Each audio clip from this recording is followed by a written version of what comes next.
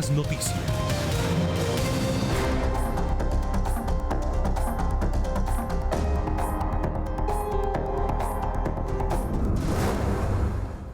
Hoy es el día 69 de la cuarentena y hay una señal que puede ser bien esperanzadora. Por segundo día consecutivo, ayer también pasó, las cifras reportadas por el Ministerio de Salud de personas contagiadas es menor al número de personas recuperadas. Fíjense en esto, casos nuevos de personas que tienen el coronavirus en las últimas 24 horas, 1.110. Fallecieron 30 personas en las últimas 24 horas. El número de personas recuperadas, y aquí está la noticia, 1.118. Son más las personas recuperadas que las personas contagiadas en las últimas 24 horas.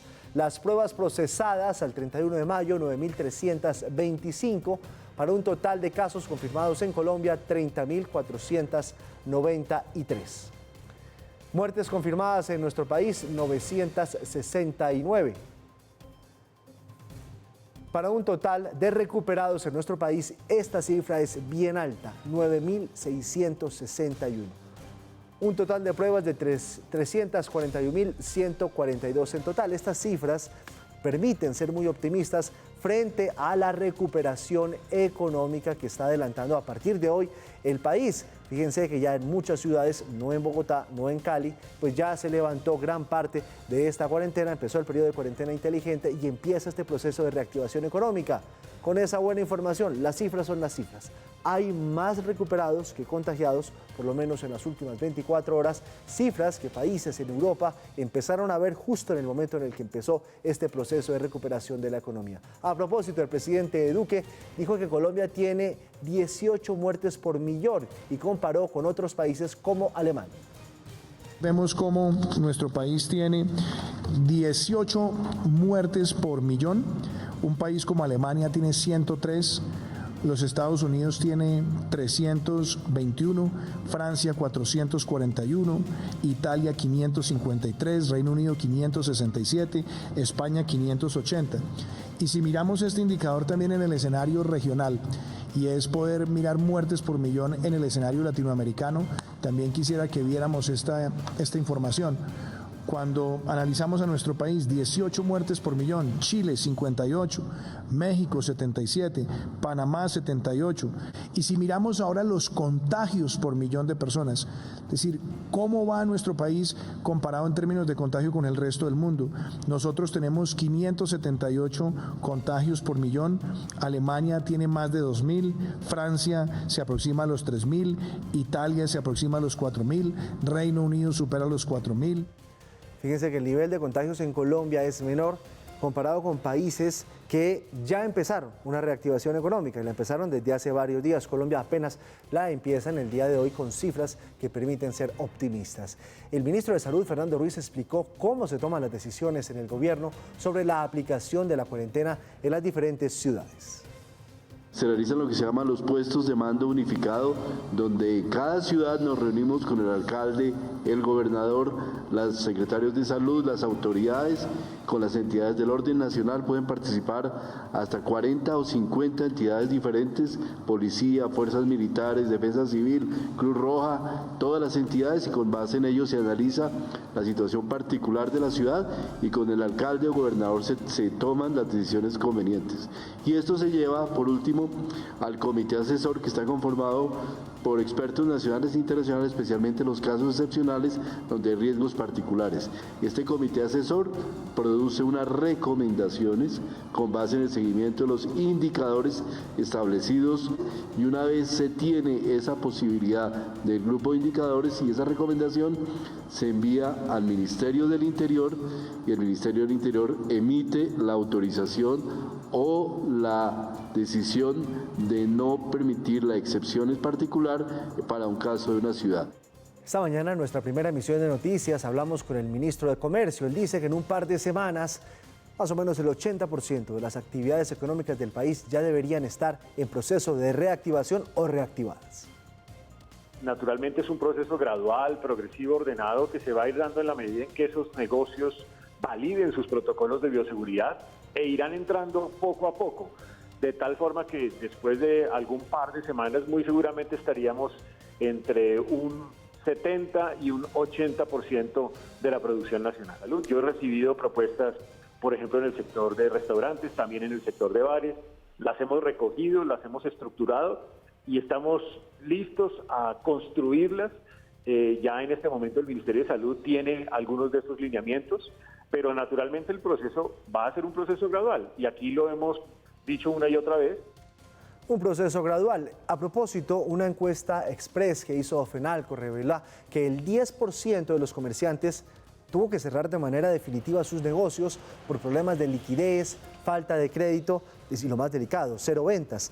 Se trata de 80.000 establecimientos comerciales formales que ya no trabajan más por el que consideran extenso aislamiento obligatorio por cuenta de COVID-19. Por esa razón, le piden al gobierno nacional, a los gobiernos distritales, para que inicien una reapertura económica y en las ciudades donde hay más problemas lo hagan de manera por lo menos zonificada. Según FENALCO, el comercio formal está listo con los protocolos de seguridad para empezar a funcionar. Hacemos un repaso de lo que está pasando en Bogotá. Pese a la orden de confinamiento total en la localidad de Kennedy, los alrededores de Corabastos siguen llenos de comerciantes informales y ciudadanos que salen a rebuscarse lo del diario.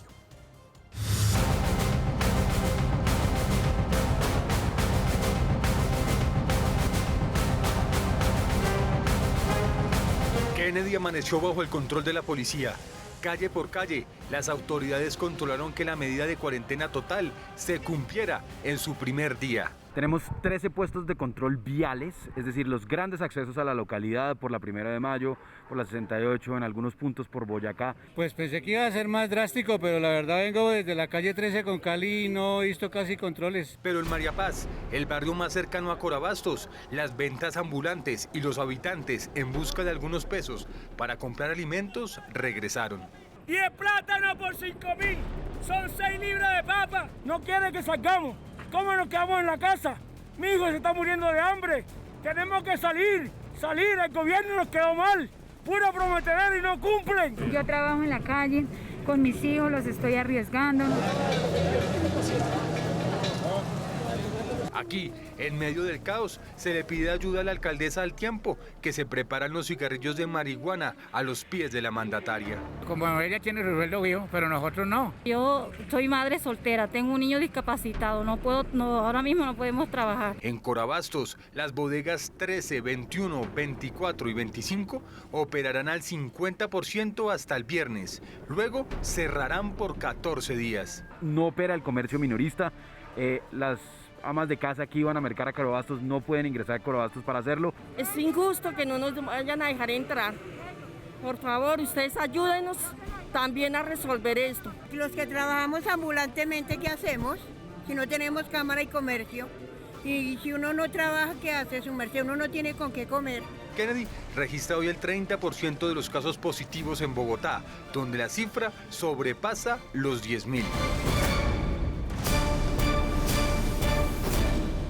Hay noticias sobre el paciente número 1 en Colombia, que es la continuación de los estudios que ha adelantado la Universidad del Rosario y el Instituto Nacional de Salud en compañía del Asian School of Medicine a Mount Sinai de los Estados Unidos sobre las mutaciones del genoma del COVID-19 en el país.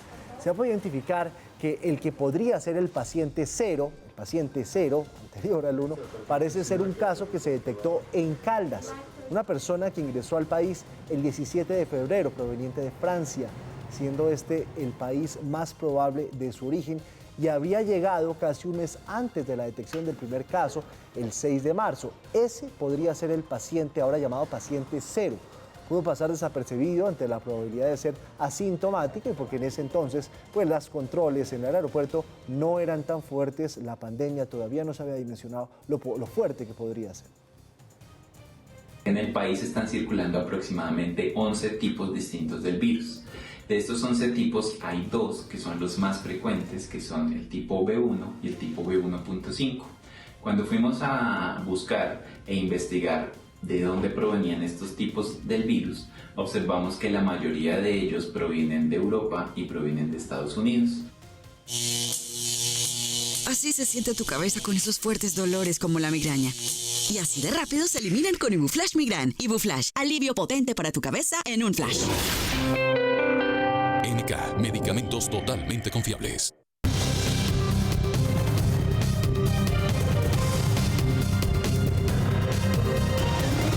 Internacional tiene que ver con Colombia, y es que el gobierno de Cuba le pidió a nuestro país, al gobierno, aclarar lo que llamó una complicidad con los Estados Unidos para que la isla entrara en la lista de países que apoyan al terrorismo.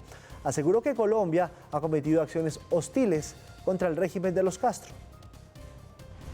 Casi 20 días después de haber sido incluida por parte de Estados Unidos en la lista de países que apoyan el terrorismo por esconder en su territorio jefes del ELN, Cuba arremetió contra el gobierno colombiano acusándolo de estar tras esta decisión y fundamentando su posición en las declaraciones del alto comisionado para la paz, Miguel Ceballos, quien dijo que era un espaldarazo para Colombia. Lo que se pretende de los comentarios del alto comisionado para la paz es que la conducta del gobierno de Colombia ha servido y facilitado los argumentos para los propósitos agresivos de los Estados Unidos contra nuestra nación. Según el Ministerio de Relaciones Exteriores de Cuba, este es el resultado de lo que llamó acciones hostiles de Colombia. El gobierno colombiano ha incursionado en una serie de acciones hostiles contra Cuba, que incluyen declaraciones públicas, amenazas y emplazamientos, mediante la manipulación ingrata y políticamente motivada de nuestra inobjetable contribución a la paz en Colombia. Sin embargo, otros sectores políticos rechazaron este pronunciamiento y lo calificaron de intromisión. Ellos no tienen por qué cuestionar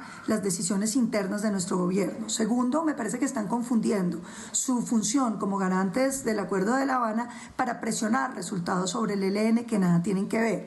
Y tercero, la delegación del ELN en La Habana debiera ser una delegación de paz. Y desde allá le han dicho al presidente paramilitar, le han dicho a la señora vicepresidente narcotraficante. Cuba en su comunicado dice que la actitud de Colombia manifiesta complicidad del gobierno con los Estados Unidos y pide a Colombia que aclare su posición oficial, algo que fue respaldado por partidos políticos de oposición en el país como la FARC. Las labores que cumplieron la Cancillería colombiana, si fue que las hubo, con relación a la inclusión de Cuba en esa lista por parte del gobierno de los Estados Unidos, tenemos que decir que respaldamos integralmente ese pronunciamiento de la Cancillería cubana.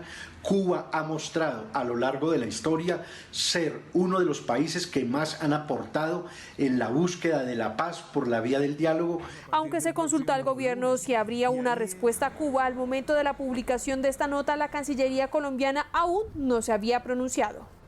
La otra noticia tiene que ver con la tensión en los Estados Unidos por cuenta de las manifestaciones tras la muerte de George Floyd, que han terminado en una batalla campal, o digamos, varias batallas campales en los Estados Unidos. Fue decretado el toque de queda en Nueva York. Desde 1943 no pasaba un hecho como estos. Entre tanto, se conoció el resultado de una autopsia independiente que asegura que Floyd murió por asfixia. Entiendo que todos estén molestos, pero dudo que estén la mitad de molestos de lo que yo estoy. Fueron las palabras del hermano de George Floyd a la comunidad con un llamado de atención. Les pidió moderarse. ¿Qué están haciendo? ¿Qué están haciendo? No están haciendo nada, porque eso no traerá a mi hermano de vuelta. Junto a una reflexión. Hagamos esto de otra manera.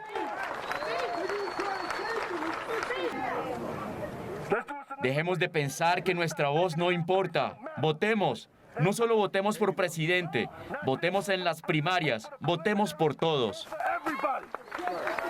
Mientras tanto, Donald Trump pide a los gobernadores mano dura y detenciones. Estamos firmemente buscando arrestos y el secretario de Defensa está aquí. Estamos buscando arrestos. Hay que endurecerse mucho más o van a ser anulados. Les pide usar a la Guardia Nacional. Tenemos muchos hombres, tenemos hombres y mujeres necesarios, pero la gente no los llama. Tienen que dominar porque si no dominan están perdiendo el tiempo y van a arrollarlos y van a quedar como una manada de idiotas. Tienen que dominarlos y tienen que arrestar personas y juzgar a las personas. Deben ir a la cárcel por algún periodo de tiempo.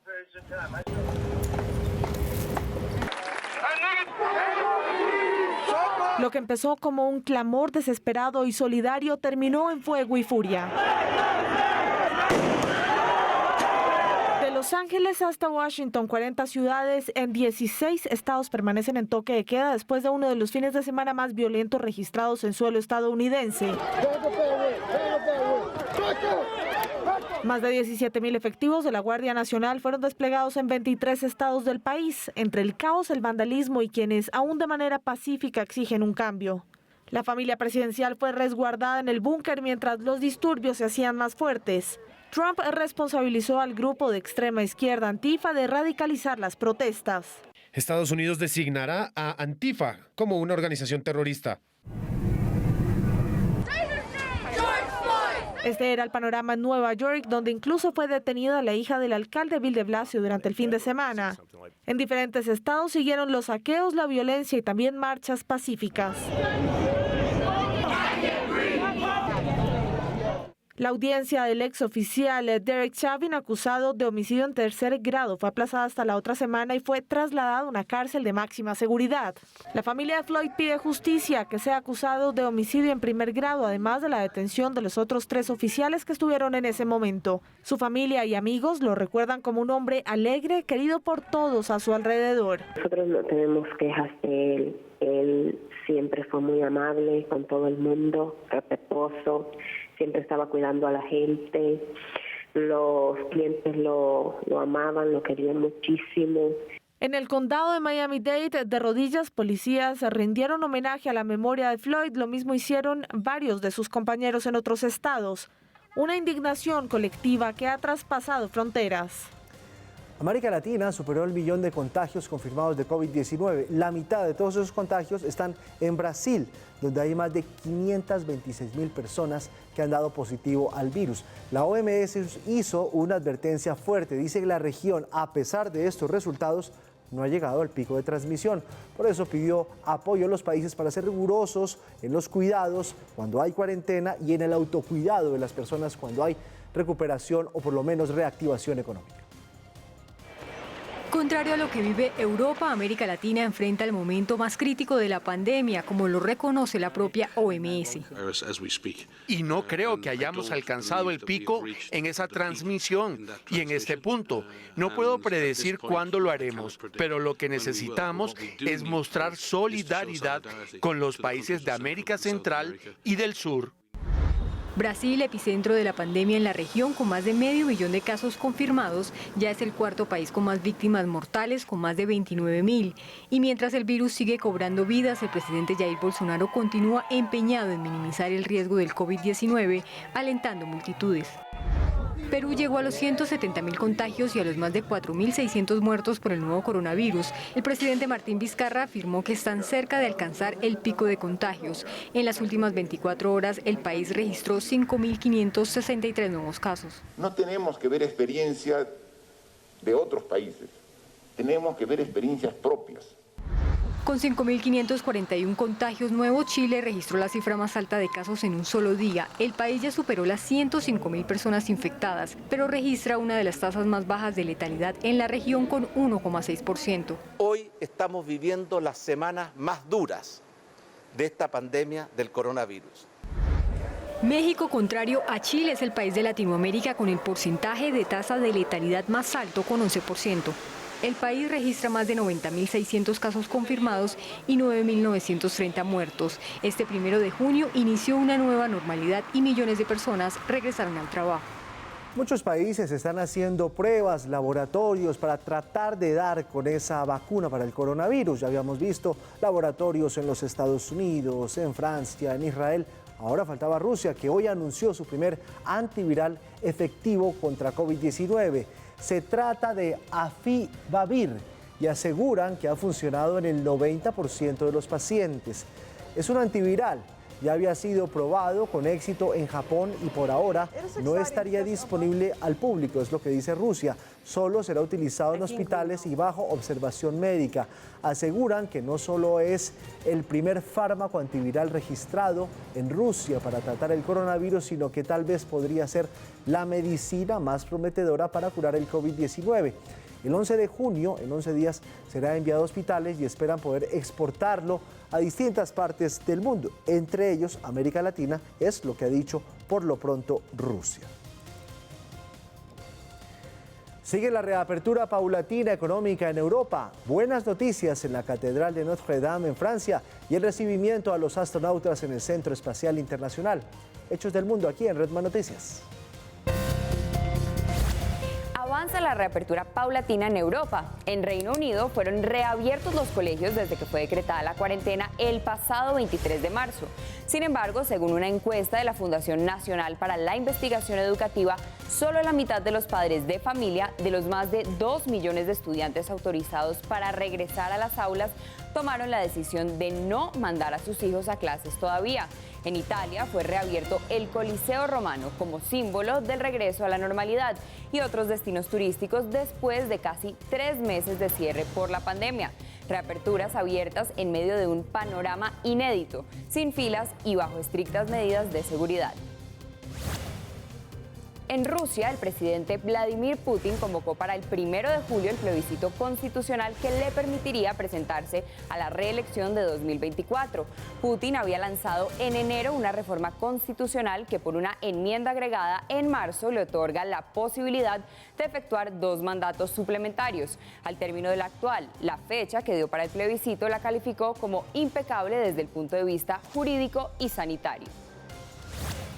En Francia, 13 meses después del incendio que ocasionó el desplome de una parte del techo de Notre Dame y de su aguja, fue reabierta la catedral. Como una forma de renacimiento ha sido catalogada la reapertura de la Catedral de Notre Dame. Bajo estrictas medidas de seguridad en medio de la pandemia, fue reabierta tras las obras que fueron suspendidas a mediados de marzo por cuenta del coronavirus. Se espera su restauración total para el año 2024. La catedral había estado cerrada desde el 15 de abril de 2019, cuando se produjo el incendio. En Estados Unidos y en todo el mundo es noticia la llegada de los 2 astronautas de la cápsula Crew Dragon a la Estación Espacial Internacional. El domingo, después de 19 horas de viaje tras despegar desde Cabo Cañaveral, en Florida, fueron recibidos por los actuales residentes de la Estación Espacial. Se trata de la primera llegada de astronautas en una cápsula de una empresa privada y con júbilo recibieron el primer vuelo comercial, convirtiéndose en todo un hito en el futuro de viajes espaciales privados, abriendo así un nuevo capítulo en la exploración espacial.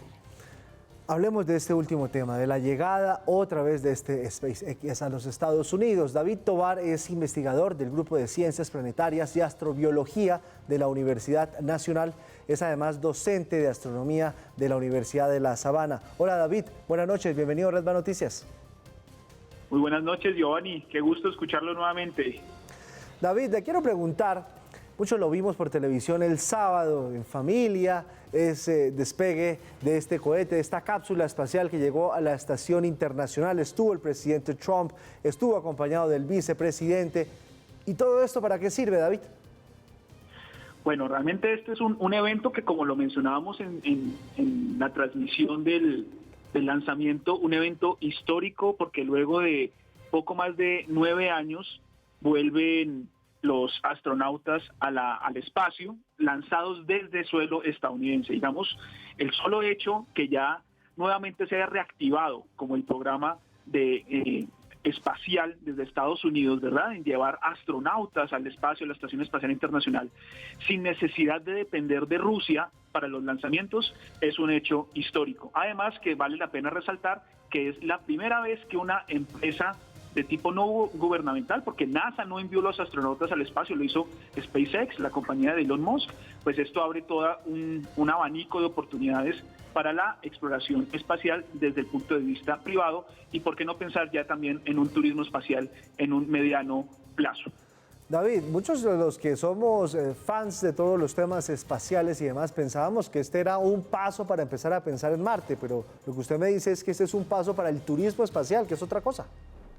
No, yo sé, Giovanni, que usted es un fiel hincha de estos temas espaciales y astronómicos, pero vea, no se decepcione, Giovanni, realmente esto también es un paso para empezar ya a pensar en pisar la Luna nuevamente. De hecho, esta iniciativa de SpaceX, toda esta apertura que ha tenido NASA en términos de lanzar nuevamente astronautas desde suelo estadounidense, pues va a servir para, en un futuro de misión Artemisa, poder enviar nuevamente seres humanos a la Luna, y esto va a ser, digamos, como una plataforma, hagamos de cuenta, un puente interplanetario para más adelante enviar ya seres humanos a Marte. Así que estos son, digamos, son pasos a pasos, o sea, es de a poco, pero es necesario hacer este tipo de transición.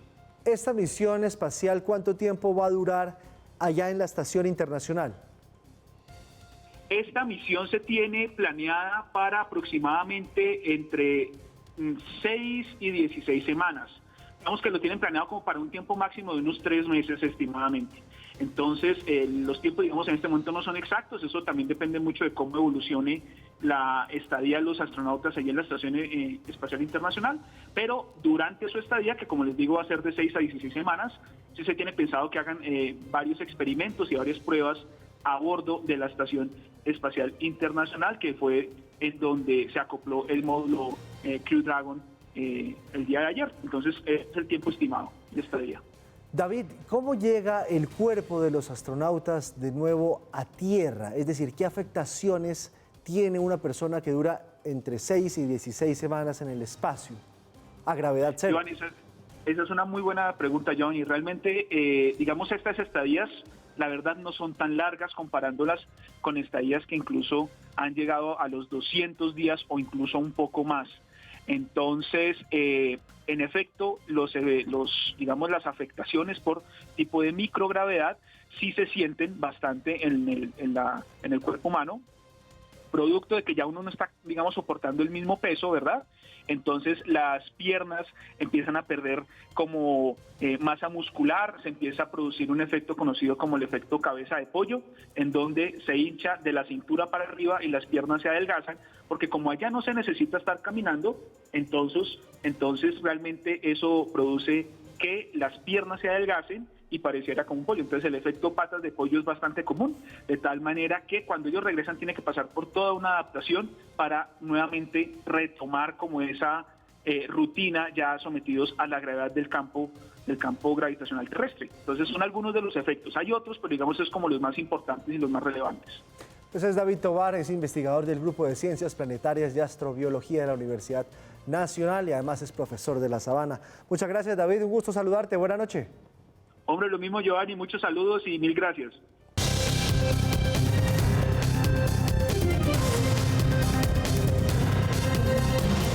En Cali todo estaba listo para una reapertura económica, sin embargo, por sugerencia del Gobierno Nacional, el alcalde decidió ampliar la cuarentena hasta el próximo 15 de junio. Muchos esperaban esa reapertura económica para empezar a inyectarle algo de energía a la actividad y evitar tanto desempleo. Ángela Collazos, buenas noches. Giovanni, buenas noches. Ya todo estaba listo para la reapertura de 17 centros comerciales, del centro de Cali y de otros sectores como peluquerías y museos. Sin embargo, el Gobierno Nacional le ordenó a la Alcaldía de Cali postergar esta reactivación de estos sectores debido al riesgo que implica el crecimiento continuo de contagios de COVID-19 y la baja disciplina social. La noticia cayó como un balde de agua fría y los gremios del Valle le están pidiendo al gobierno reconsiderar esta decisión. La semana pasada, los comerciantes celebraban los acuerdos firmados con la Alcaldía de Cali, celebración que terminó frustrada por la orden del Ministerio del Interior de no reactivar ningún sector adicional a los que ya están funcionando. El sector empresarial del Valle expresó su inconformidad con la resolución. Nos parece que es un contrasentido porque el 28 de mayo, mediante decreto presidencial, se le había dado una autonomía a los alcaldes y estábamos en Cali ya listos, preparados para esta reapertura de centros comerciales. Los comerciantes del centro de Cali dicen que esta decisión implica perder la inversión en medidas de bioseguridad, capacitación de sus trabajadores, termómetros y lavamanos, afectando los 22.000 empleos directos que hasta ahora han logrado sostenerse, pero de los que no se sabe cuánto más durarán en estas condiciones. Teníamos calcamonía para los carros que parquean en este sitio, los vendedores ambulantes iban a ser carnetizados para trabajar un día sí, un día no. Teníamos contemplado unos sitios especiales donde si llegaba a llegar una persona con alta temperatura, la trasladábamos a ese sitio mientras llegaba la ambulancia que tenía todos los protocolos para llevarlo. Y en sí todo estaba calculado para que pudiéramos evitar el COVID-19 en el centro de Cali. Los vendedores ambulantes también expresaron su preocupación. Necesitamos trabajar para poder sobrevivir. Hoy también se llevó a cabo el cierre de la Galería Santa Elena por los próximos 9 días, una plaza que genera a diario unos 5.000 millones de pesos y que mueve cerca de 700 toneladas de alimentos por día. Hasta el momento se está la expectativa de un posible incremento en el precio de los alimentos, teniendo en cuenta que la Galería Santa Elena es el principal centro de abastos de Cali. Informó para ustedes Ángela Collazos, Red Más Noticias. Gracias, Ángela. En el Atlántico, específicamente en Malambo, muy cerca de Barranquilla, se registró la cuarta muerte de un miembro de una misma familia por cuenta de COVID-19. La historia completa, Kimberly Martínez. Buenas noches. Giovanni, muy buenas noches para usted y los televidentes. Así es, el pasado 14 de mayo dimos a conocer aquí en Red Más Noticias el caso de esta familia donde 7 de sus miembros resultaron contagiados de coronavirus y 3 fallecieron. Hoy debemos reportar que una persona más de este núcleo familiar perdió la vida a causa de esta enfermedad. Se trata del tercer hijo de la familia, Tomás Mauri, de 44 años, quien falleció en las últimas horas luego de batallar por varias semanas con esta enfermedad, al igual que su padre y sus 2 hermanos. Su tercer hijo, Jesús Tomás, que por más de 3 semanas estuvo en la unidad de cuidados intensivos en la Clínica General del Norte. Lastimosamente hoy se produjo su deceso a causa del COVID-19. A mediados de este mes fallecieron el padre de esta familia, un adulto mayor, y sus 2 hijos de 46 y 42 años, mientras que la madre aún se encuentra hospitalizada a causa del virus. Pedimos la solidaridad y el apoyo de todos los organismos a nivel nacional, departamental y municipal para que se le brinde todo el apoyo psicológico y psicosocial a su querida madre, María Mauri, que en estos momentos ha quedado prácticamente sola dentro del núcleo familiar. Rogamos y anhelamos oraciones por ella. El municipio de Malambo es la tercera población del Atlántico con más casos después de Barranquilla y Soledad. Mientras tanto, en el municipio de Soledad, el segundo con más casos en el departamento, el alcalde ha anunciado que a pesar de que el próximo 8 de junio se inicia la apertura de otros sectores económicos, mantendrá el pico y cédula durante todo el mes. Esta medida se extenderá hasta el próximo 1 de julio. Con esta información nos despedimos desde Barranquilla para Red Más Noticias. Muy buenas noches. Gracias, Kimberly. ¿Ustedes recuerdan los excesos, quejas por los servicios públicos? Estaban llegando unas facturas bastante altas. Pues la Procuraduría tomó cartas en el asunto. Abrió una indagación preliminar en torno a esas denuncias de costos excesivos en tarifas de servicios públicos.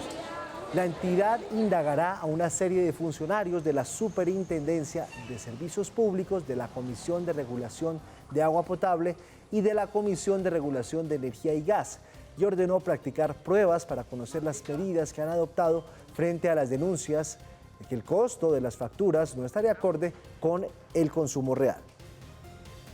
A efectos de determinar si se ha cumplido adecuadamente con esa vigilancia, si se han tomado las medidas para garantizar que las empresas prestadoras realicen los cobros en el campo industrial, comercial y residencial con base en lo efectivamente usado o empleado del servicio y no con promedios anteriores.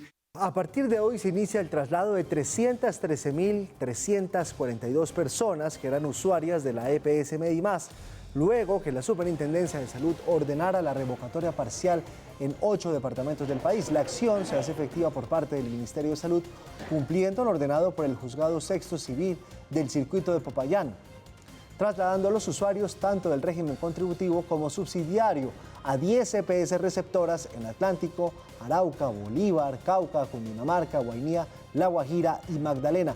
Algunas de esas son Nueva EPS, Fabisanar, Cosalud y EPS Sanitas, que recibirán a la gran mayoría. Los usuarios podrán consultar la EPS a la que fueron reasignados por medio de la página del Ministerio de Salud.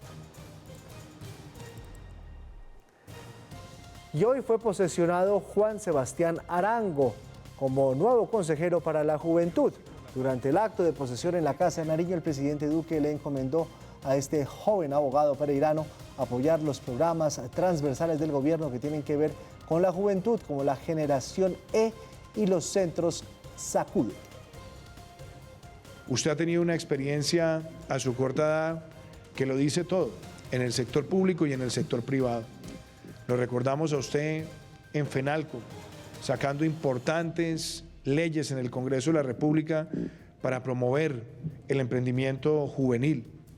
Lo recordamos también en su paso por el sector privado en su tierra natal, en Pereira.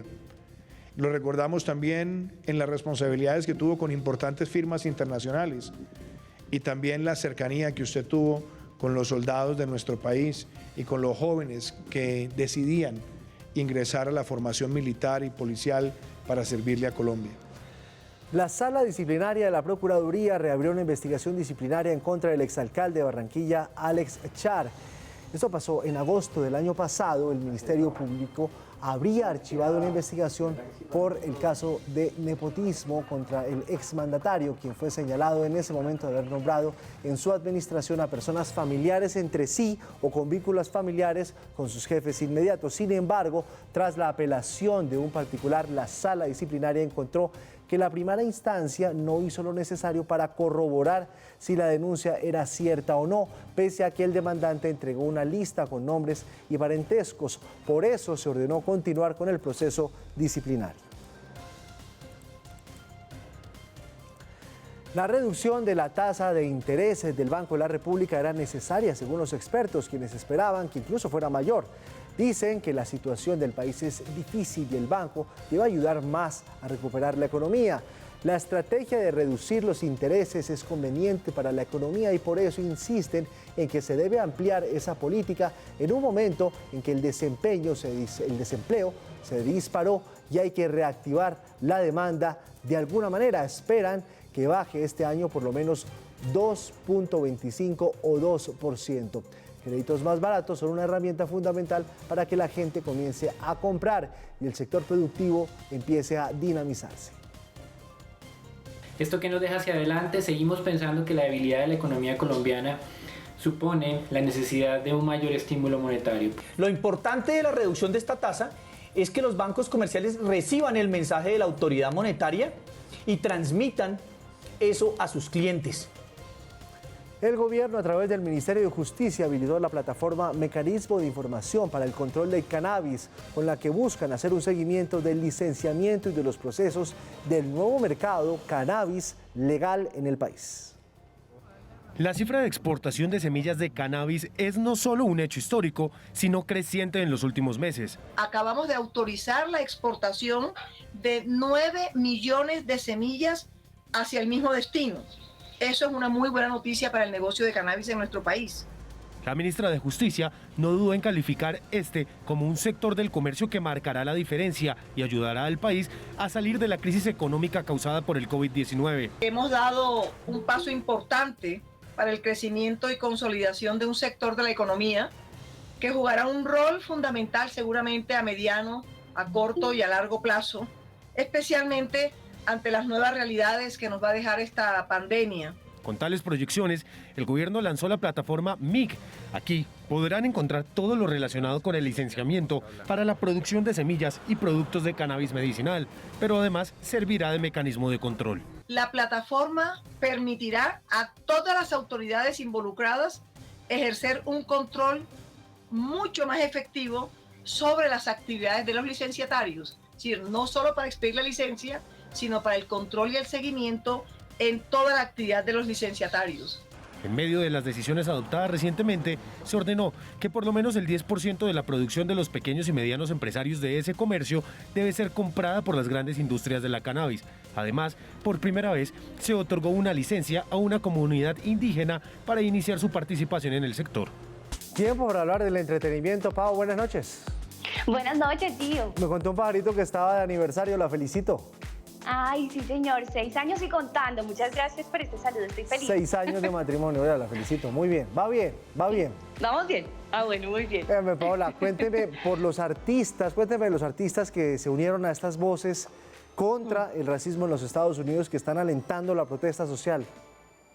Gio, pues usted sabe que ahora las celebridades, los famosos, digamos que tienen más voz y más voto cuando de temas sociales se trata. Pues esta vez varios artistas se han manifestado contra el racismo. Unos han decidido participar en las protestas, otros, por ejemplo, han decidido hacer, digamos que una donación especial para todos aquellos que han sido arrestados durante las protestas. Y otros, en cambio, han decidido pasar algunos recursos para cubrir los gastos de los daños públicos en los lugares en donde los manifestantes, pues, digamos que han pasado con algunos destrozos. Justamente revisemos quiénes son las celebridades que se han manifestado.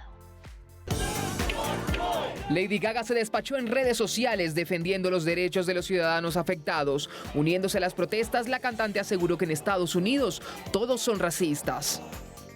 Taylor Swift obtuvo 300.000 me gustas y más de 100.000 retweets al pronunciarse sobre los hechos. Aseguró que el presidente Donald Trump solo aviva los acontecimientos racistas. También las casas disquera de la industria musical se pronunciaron con el hashtag Black Lives Matter y Color of Change, lo que traduce las vidas de los afroamericanos importan y el color del cambio. Beyoncé y Rihanna también alzaron su voz en Instagram. Beyoncé tuiteó que todos fuimos testigos de un asesinato a plena luz del día. Estamos disgustados. Ariana Grande también fue vista entre los protestantes con un cartel que decía Black Lives Matter. Muchos manifestantes fotografiaron a la cantante en las calles exigiendo justicia por George Floyd. La lista de artistas protestando desde redes continúa con Rosalía. Muchos de ellos se comprometieron a pagar las fianzas de los detenidos y los daños causados, como Lin-Manuel Miranda y la presentadora y modelo Chrissy Teigen. Y Barbie también está haciendo una protesta, pero esta vez su lucha es diferente, tiene que ver con una política feminista y justamente la vimos luciendo sus mejores atuendos en diferentes galerías del Reino Unido. Lo que Barbie está exigiendo es más participación femenina en las obras artísticas, y es que si revisamos, por ejemplo, lo que pasa en la Galería Nacional de Londres, hay 2.300 obras de hombres y solo 21 de mujeres. Una lucha diferente que está haciendo Barbie, que también pone su punto de vista. Y los restaurantes también son entretenimiento y cada vez más se inventan más ideas, recurren a su creatividad para poder hacer esta reapertura gradual. Y justamente nos vamos a Francia, donde el dueño de un restaurante, Mathieu Manzoni, ha decidido ubicar unas campanas de plexiglas para separar a sus comensales y poder incentivar también el distanciamiento físico, mientras el restaurante poco a poco se recupera de esta difícil situación. Y cerramos este recorrido por entretenimiento con J Balvin, quinta portada, elegido como ícono de la moda, del estilo de vida y por supuesto de la música. Nuevamente ha sido elegido portada por uno de los medios internacionales más importantes y lo compartió en sus redes sociales diciendo que recibía de manera muy humilde este homenaje que lo destaca como una de las figuras más relevantes de la industria del entretenimiento en el mundo entero. Más adelante nos encontramos con más entretenimiento.